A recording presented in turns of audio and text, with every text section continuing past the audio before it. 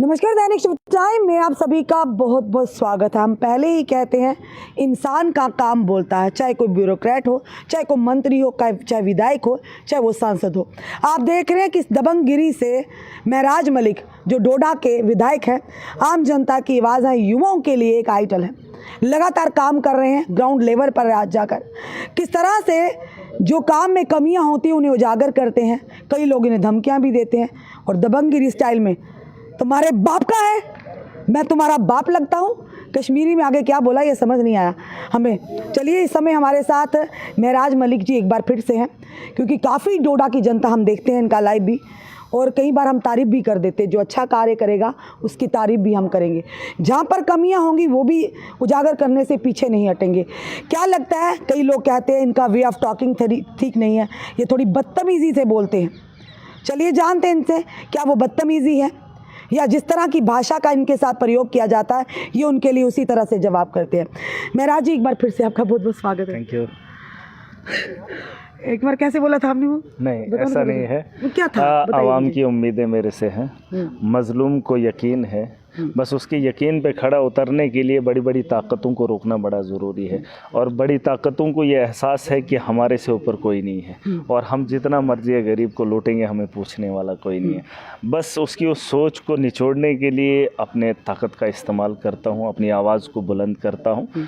और कुछ लोग उस तर्ज को नहीं समझते हैं, और जब आप आवाज़ बुलंद करते हैं तो उसे पागलपन लगता है, और वो ऐसा सोचता है कि वो अपने उस तर्ज को भूल कर, अपने उस फ़र्ज़ को भूल कर आवाम को निचोड़ने में लग जाता है। और ये कोई आज की बात नहीं, ये मामला बड़ा पुराना है। करप्शन बहुत पहले से है, लूट बहुत पहले से है, और गरीब के दिल के अंदर इनका खौफ बहुत पहले से है। बस उस गरीब के दिल से खौफ को ख़त्म करना और उनके दिलों पे खौफ को पैदा करना, ये मेरा एक फ़र्ज़ है। क्या अकेला महराज मलिक इस करप्शन जो चल रहा है इसको ख़त्म कर पाएंगे? मैं अकेला नहीं हूँ, मैं अकेला नहीं हूँ, मेरे साथ लाखों लोग हैं। मुझे मैंडेट मिला है, लाखों लोगों की उम्मीदें हैं महराज।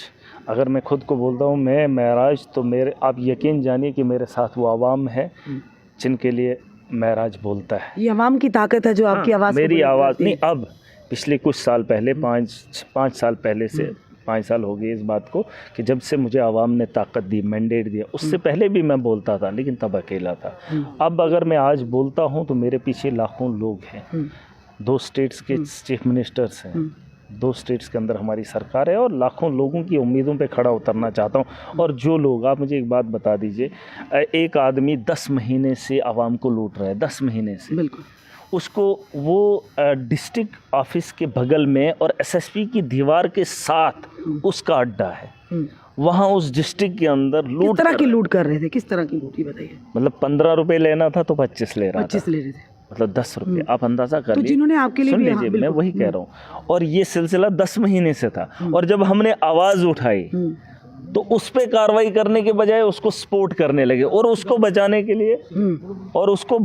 के लिए एडमिनिस्ट्रेटर उसे तरीका बता रहा था। कभी बोल रहा था कोर्ट में जाइए, कभी बोल रहा था ये रिक्शा वो रिक्शा है, वो रिक्शा वो होता है। ये तरीका है इन लोगों का। और आप फिर मुझसे उम्मीद करेंगे एक आदमी 300 ऑटो वालों को लूटने का काम 10 महीने से करे, और डिस्ट्रिक्ट एडमिनिस्ट्रेशन जिसमें एसएसपी भी आए, और उनकी दीवार के साथ जब आप पता करेंगे तो दीवार के साथ उसका शेड है, अड्डा है, अड्डा। और उस अड्डे में शहर के अंदर अगर पुलिस के सामने, ब्यूरोक्रेसी के सामने आवाम लुट रही हो, तो आप अंदाज़ा करो कि जो पहाड़ों में गरीब लोग हैं और वहाँ पर जो एडमिनिस्ट्रेशन है उनके साथ क्या हालात होंगे। बिल्कुल। पर उस व्यक्ति ने तो आपको भी धमकी दे डाली। नहीं, वो तो धमकी अलग बात है। हम तो अड्डे पे पहुंच गए थे, वो लाइव ही कर रहा था तो हम पहुंच गए थे। देखिए, मैं जो बोलता हूँ मैं करता वही हूँ। ऐसा नहीं है कि हमारे बोल और करने में फ़र्क है। मैं जब एमएलए था उससे पहले भी बोलता था, और एमएलए बनने के बाद भी वैसा ही। कुछ लोगों को बदतमीजी क्यों लगती है फिर जब आप इस तरह की भाषा का प्रयोग करते हैं? वो कहते हैं कि एमएलए एक विधायक हैं, इन्हें डिसिप्लिन में रहकर बात करनी चाहिए, इनका वे ऑफ टॉकिंग ठीक नहीं। डिसिप्लिन से तो बोला था हमने। आप उससे पहले दिन की वाली मीटिंग जब देखेंगे, मैंने ब्यूरोक्रेट्स को बुलाया था, मैंने डिस्ट्रिक्ट की एडमिनिस्ट्रेशन को बुलाया था। उसमें बड़े प्यार से मैंने उनको बताया था, यहाँ पे जो अड्डा लिया जा रहा है, यहाँ पे जो रिसिप्ट दी जा रही है वो इलीगल है, आप उसके कंट्रोल। कोई कार्रवाई नहीं की, कोई कार्रवाई मैंने लिखत में दिया। और जब 3-4 दिन, मैं तो एमएलए हूँ भाई, अब मेरी कॉन्स्टिट्यूंसी में ये धांधली हो रही है, मेरी बात को पकड़ लेना चाहिए, बोलने से पहले कार्रवाई होनी चाहिए।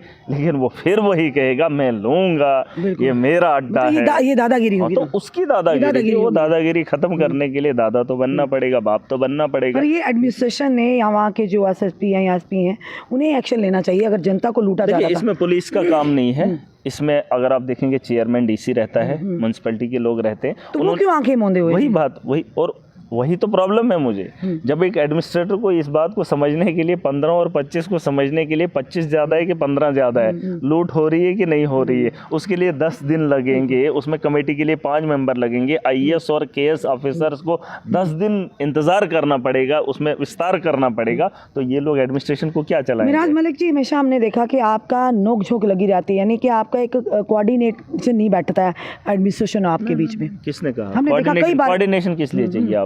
आप अपना काम करो, हम अपना काम करेंगे, कोऑर्डिनेशन की कोई जरूरत नहीं है, किसी को तालमेल नहीं रहता है। नहीं, तालमेल क्यों रहेगा? आप अपना काम करें ना, जिस काम के लिए आपको बनाया है, और वो तालमेल मुझे क्या, रिश्तेदारी तो मैंने निभानी नहीं है, दोस्ती तो मैंने करनी नहीं है, हर आदमी को अपना जिम्मेदारी तो मैं कह रहा हूँ निभाने के लिए।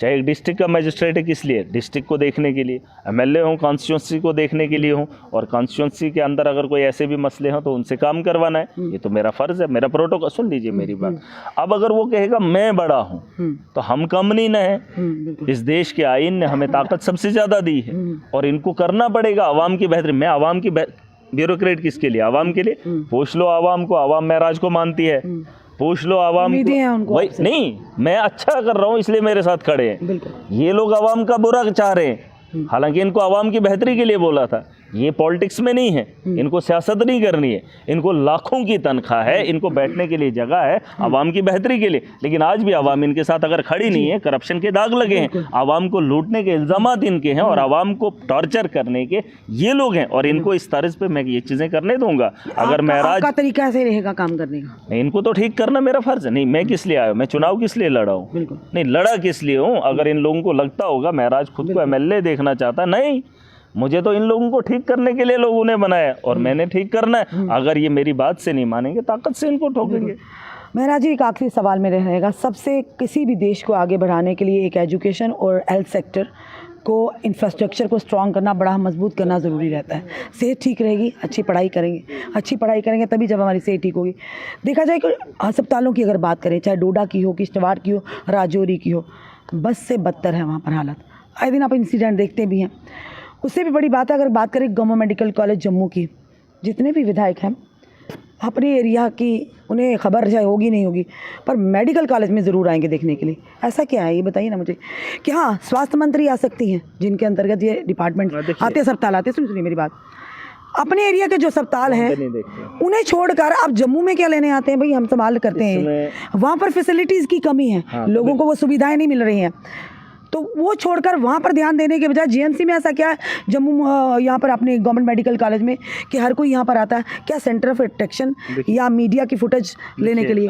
इसमें मैं आपको एक चीज़ बताऊंगा। जब मैं पिछले दिनों अपने इलाके में गया था, मैं एक सब सेंटर पे गया था, तो वहाँ सब सेंटर के कोई डॉक्टर से मैंने बात की थी।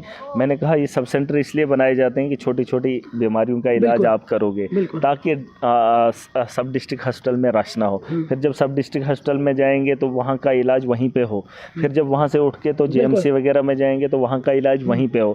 वहाँ से शिफ्ट करने की जब ज़रूरत पड़े, जब वो वैसा पेशेंट हो जिसे हमें जम्मू शिफ्ट करना पड़े, जम्मू मेडिकल कॉलेज जहाँ एक फैसिलिटी है, सब कुछ है, अगर वो चीज़ें वहाँ पर नहीं है, सबसे बड़ी, और जब यहाँ पर नहीं होगा तो उसे हमें चंडीगढ़ वगैरह भेजना पड़ता है। लेकिन वहाँ पर वो कमियाँ हैं, छोटी छोटी बीमारी का इलाज करने के लिए भी हमारे लोग जम्मू आते हैं। मुझे लगता है कुछ जो एमएलए वगैरह, कुछ जो मंत्री वगैरह हैं, जैसे आप कह रहे हैं एमएलए ज़्यादातर आते हैं, मंत्री आए तो ठीक है, लेकिन यहाँ पर विजिट करता है, उसका मतलब यही है कि उनके इलाके में वो सहूलियात नहीं है, उनकी कमियां हैं। उनकी कमियों को पूरा करने के लिए मुझे लगता है एजुकेशन और हेल्थ पे हमें काम करना चाहिए। और मुझे सरकार से पूरी उम्मीद है, इस बार जब बजट आएगा तो उस बजट में हॉस्पिटल और स्कूलों के बारे में सोचा जाएगा, ताकि हम बेहतर इंफ्रास्ट्रक्चर बनाएं, और पहाड़ों के अंदर, दूर दराज के इलाकों के अंदर वो पेशेंट्स को वो ट्रीटमेंट दें, ताकि उसे जम्मू जैसी जगह ना आना पड़े या चंडीगढ़ ना जाना पड़े। हम अपने जम्मू कश्मीर में वैसा एक हब बनाएंगे ताकि लोगों को ज़रूरियात की सहूलियात की चीज़ें। बिल्कुल। मैरिज मिली कि दिल्ली के इलेक्शंस के बारे में क्या ख्याल है, क्या लगता है जनता? आपको क्या लगता है जीतेंगे? नहीं नहीं, हम तो पत्रकार, हम नहीं कह सकते ना। आप कह सकते नहीं, हम नहीं, वो जनता जनार्दन है। आप बताइए ना। देखिए ऐसा है कि दिल्ली के हम तो एक ही, हमारा तो एक ही रहता है कि जो काम करेगा, देखिए काम के मैं लिए आपको जनता- एक बात बताऊंगा। जब अरविंद केजरीवाल जी ने नौकरी छोड़ी थी, उसके बाद एनजीओ बनाई, उसके बाद जब कांग्रेस के कुछ लोगों ने कहा कि सड़क पे नहीं सत्ता में आना पड़ेगा, तो जब उन्होंने लोगों से वादा किया था बिजली, पानी, हॉस्टल और एजुकेशन को लेकर, तो उसी पे दिल्ली के लोगों ने उन्हें वोट किया था। और उसके में और कोई नहीं वही, और उसके अलावा कोई मुद्दा नहीं था उनका कि दिल्ली के चुनाव में खुद को देखना, आम आदमी पार्टी का वजूद में आना और फिर बहुमत के साथ सत्ता में आना। उसके पीछे एक ही मकसद था कि बिजली, पानी, स्कूल और हेल्थ, इन पे काम कैसे किया और करप्शन पे कैसे रोक लगे। और वो काम पिछले कई सालों से दिल्ली की सरकार में बैठा अरविंद केजरीवाल जी के नेतृत्व में ये सारी चीज़ें हुई। मोदी ने भी ख्वाब दिखाए थे, सपने तो उन्होंने भी दिखाए थे, लेकिन जो काम हमने दिल्ली के अंदर किए, आज भी अगर आप देखेंगे कैंपेनिंग जो हो रही है, काम की राजनीति। अगर बोल रहे हैं कि अरविंद जी कि अगर मैंने काम किया है तो आप वोट कीजिएगा, तभी उन्होंने अगर पहले नहीं कहा। किया, हाँ अभी 2100 रुपये देने की बात हुई है और ये गारंटी है, ये मोदी की तरह जुमला नहीं है, जुमला नहीं है। आपको क्या लगता है मोदी सरकार जुमला मारती है? तो अमित शाह जी ने खुद कहा था, ये तो पॉलिटिक्स है, ये तो जुमला है। अब लोग इसे सच मानेंगे, लेकिन हमारे अरविंद केजरीवाल जी जो कहेंगे वो सच्चाई है और लोगों की बेहतरी के लिए वो काम करेंगे। और यकीन जानिए इस बार बड़ी ताकत के साथ आएंगे। 67 नहीं, मुझे तो ज़्यादा की उम्मीद है, और ज़्यादा अगर देखेंगे सुपड़ा साफ होने वाला है। आप जाएंगे दिल्ली क्या? हाँ, दिल्ली तो जाएंगे, दिल्ली जाएंगे। और दिल्ली के लोगों को मुबारकबाद देना चाहूँगा, क्योंकि उन्होंने देश की राजनीति में एक बहुत बड़ा इनकलाब लाया है और एक बहुत बड़ा परिवर्तन लाया है। दिल्ली के अंदर बदलाव आएगा तो पूरा देश बदलने की उम्मीद महराज भी करता है। धन्यवाद। Thank you. ये थे हमारे साथ एक युवा नेता और डोडा के विधायक, लाखों दिलों की धड़कन, लाखों युवा के लिए इंस्पिरेशन है। हमने पहले ही कहा है कि काम ऐसा कीजिए कि नाम हो जाए, और नाम ऐसा हो कि लोगों के दिलों में मकाम हो जाए। इंसान के काम से उसकी पहचान होती है। तो इसीलिए हम कहते हैं, चाहे कोई विधायक हो, चाहे कोई नेता हो, चाहे कोई ब्यूरोक्रेट हो, चाहे कोई मंत्री हो, चाहे कोई वो सांसद हो, काम करेंगे तो जनता आपको सरांखों पर बिठाएगी। और जो जनता सरांखों पर बिठाना जानती है, वो उठाकर नीचे पटकना भी भली भांति जानती है। भले ही इनका काम से कईयों को आपत्ति होगी, भले ही इनके बोलने से किसी को दिक्कत होगी, पर वो डोडा की लाखों जनता पहले भी इन्हें सरांखों पर बिठाती थी, आज भी इन्हें सरांखों पर बिठाती, क्योंकि ये ग्राउंड लेवल पर जाकर काम करते हैं, माफिया के खिलाफ लड़ाई लड़ रहे हैं और करप्शन के खिलाफ एक मुहिम छेड़ी है, और जिसे जनता भी सराह रही है। उम्मीद ये करते हैं बाकी विधायक भी इसी तरह से काम करें, तो लगता है जनता को कहीं भी जाने की ज़रूरत नहीं पड़ेगी। फिलहाल आपका क्या कहना है ज़रूर बताइएगा, और इस वीडियो को शेयर कीजिएगा। जुड़े रहिए हमारे साथ अगले अपडेट के लिए। जय हिंद, जय भारत।